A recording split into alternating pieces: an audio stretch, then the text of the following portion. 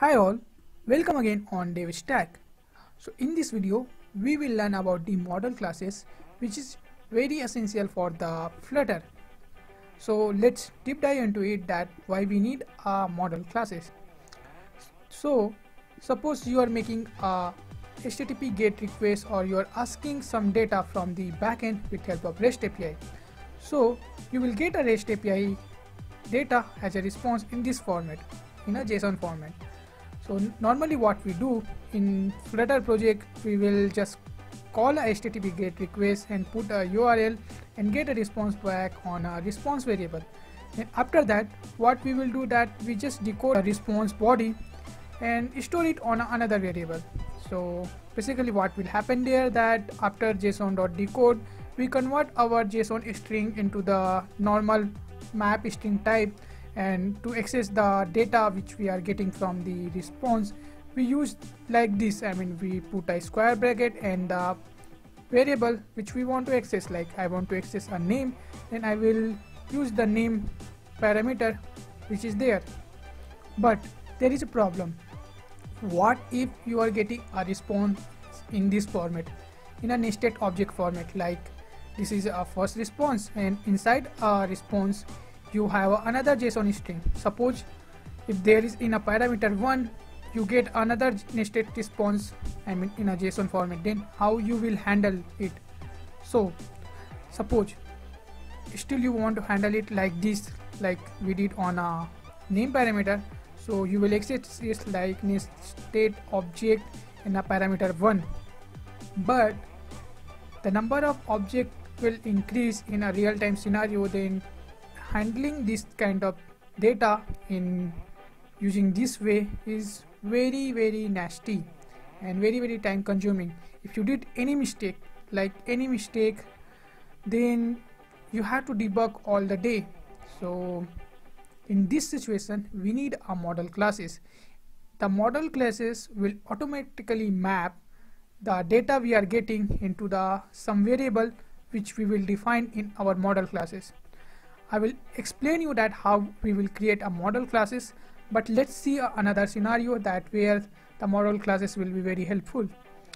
In the scenario when you get a response in a array format, I mean if you get a list of data as a response, then at that time also the model classes will be very helpful for you. So basically what happened, that when you get a response, and according to that you wrote a model classes. Like I wrote a model classes for this. I have a 2 parameter called name and phone number. ID, if you want to add ID, then you can add ID also. But suppose there are a 5 parameter, but you want to only access a 3 parameter, then define a 3 parameter over here and initialize a constructor for the model classes. Then we have to write a 2 method also. I will explain you while I will demonstrate you on a Flutter project. So what will happen, that when you wrote a model classes, that the parameter which in a response and the parameter which you added in a model classes will connect. I mean we can access this name with help of this name variable. Similarly for the phone number also. And how we will access it? So to access it, we just have to create a model instance, and we can access it like dot format, like model.name or model.number. In this video I will explain you that how we will access this single instance parameter like I made here. I mean this single instance I will use, and this will be applicable for the all the other thing, like if you are getting in a response a 10 or 20 parameter also. So this method will be useful for that. And for the list type of response, I will make another video.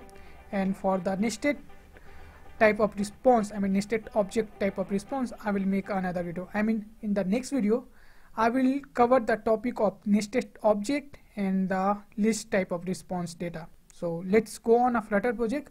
So this is our Flutter project, and in the Flutter project what I did, that I just deleted the boilerplate code, and you know that we have a main method, and in the main method I am calling my app class, which is a stateful widget, and in the stateful widget I just added a init step. So basically when the class will be called, then automatically the init state will be called, and inside the init state I'm just calling a get data method. And that's the other thing I already explained, that to make a HTTP request we need to call a HTTP get and specific endpoint, and we will get a data on the response.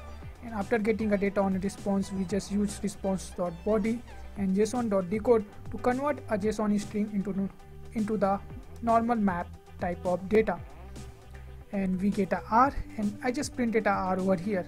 And you know that to access a name or anything we just need to use a square bracket over here, which is a normal method. And this endpoint is I created for the video, and this is the data I'm just returning back from this endpoint. So I will upload a code, both of the code of Flutter project and the backend REST API Node.js project at the same time. So basically if you are a Node.js developer, then you can take a help of the REST API code, otherwise you can use your own REST API endpoint over here.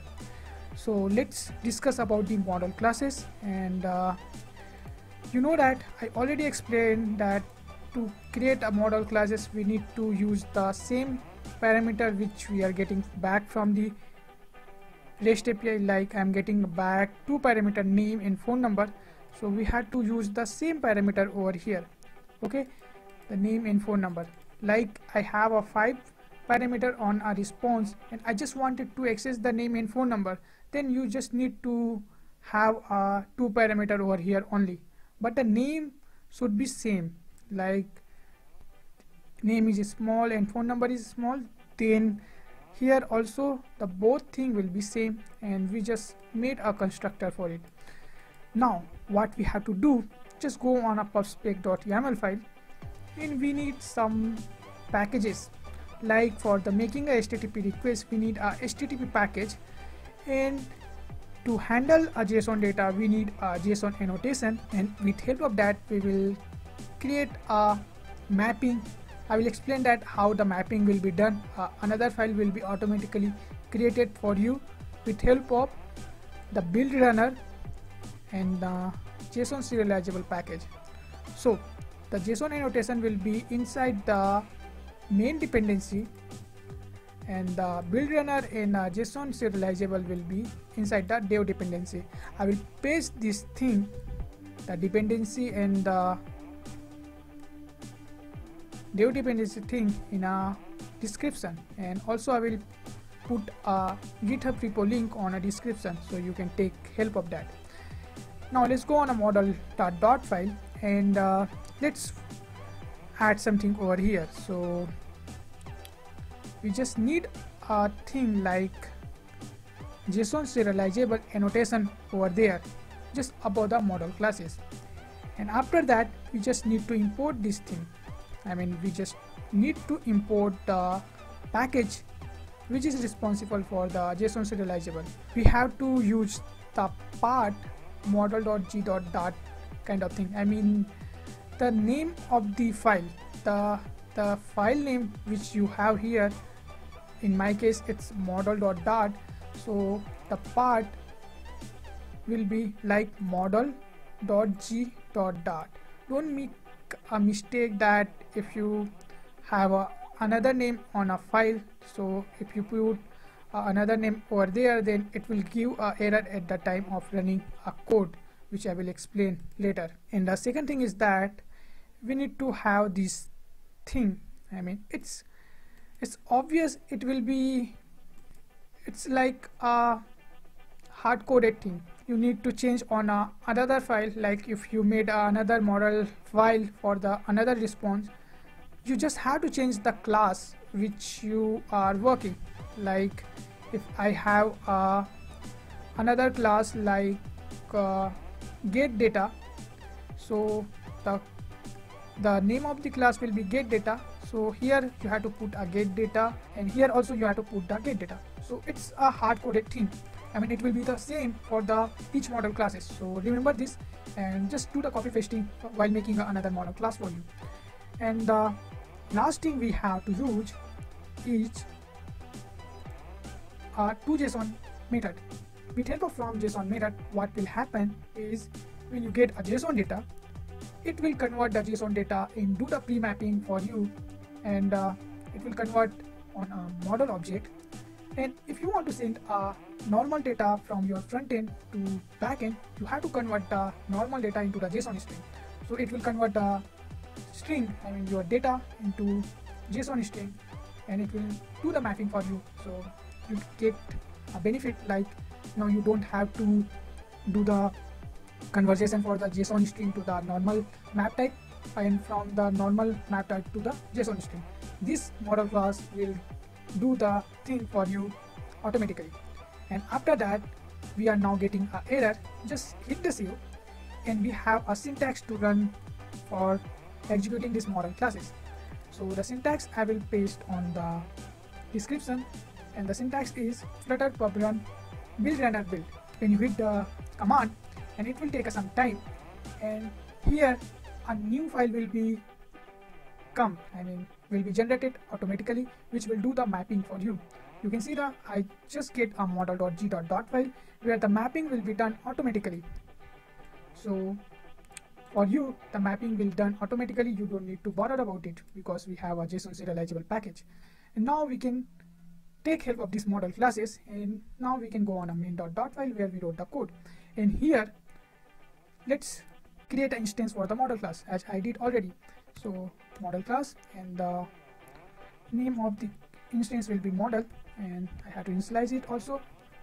Okay, now let's use this model class for mapping a thing. So to the mapping, what we have to do, that we just need a set state, because I will set the state. And here in the model instance, with help of the model class which I created, and use the from JSON, because we are converting data which we are getting from the backend, which is a JSON format, into the normal format. So the response after the JSON decode which you are getting, that variable you have to pass over it. And instead of you were using a R name like this, now you don't have to need it, because the mapping is done automatically. And now you can access the name and phone number using the model dot name or model dot phone number. See, it will automatically show you that what are the parameters you have. So it's very easy and very efficient to use for the large response which you are getting. And now let's do the thing, now let's show the thing. So at the time when we make a HTTP request, we need to wait some time because it's making a request. So I'm just using a circular variable, and it will be a true while making the response. And when we get a response, we will set it as a false. Now in the scaffold in the body, what you have to do is add the first thing like center, because we have to show the thing on a center. And in the child, I'm just using a circular. If the circular is true, which means we are making a HTTP request from the backend, then I will show you a circular progress indicator, which means the loading kind of widget will be shown over here. If the response we will get, and we set the response on a model instance, then I will just use a column, and inside the column I will have a children, and inside the children I will use two text parameter, which is first one will be the model dot name. And just explaining to you that how you can access it, and for your case you have to use the instance on some other variable, and I just showing you the how you can access the data which you will get back from the backend. And hit the save, and we just need to restart the thing. Now you will see here I got the data, but let me do the main axis alignment of the column as a center. Now you can see that the data which we are getting from the backend will be shown here, and we can get access of the data using the model.name and model.number, because we created a model file for it. So this is the best way to handle the response from the backend. And if you have a 10, 12 or 13 parameter, you just need to mention over here, and you need a constructor, and you have to just, if if you have some new variable like string dot xyz, suppose I'm just giving the example, and after here you just need a this dot xyz, it will automatically give you. And after making any changes, you just need to run the flutter pub run build this syntax again. So it will again automatically see the changes you made over here, and on a model.g.dot file it will update automatically. So after successfully it will run, you will see another variable over here which we made right now. Just wait a minute, and in the next video we will see that how we can handle the object type of data from the backend and how we can handle the list type of data from the backend. I will also demonstrate you that how we can store that data. And now you can see that the xyz is come here, and for the toJSON method also we got a xyz. And the last thing, if you are new on this channel, please hit the subscribe button and help me to grow this channel. Thank you all. Happy coding. See you on to the next video.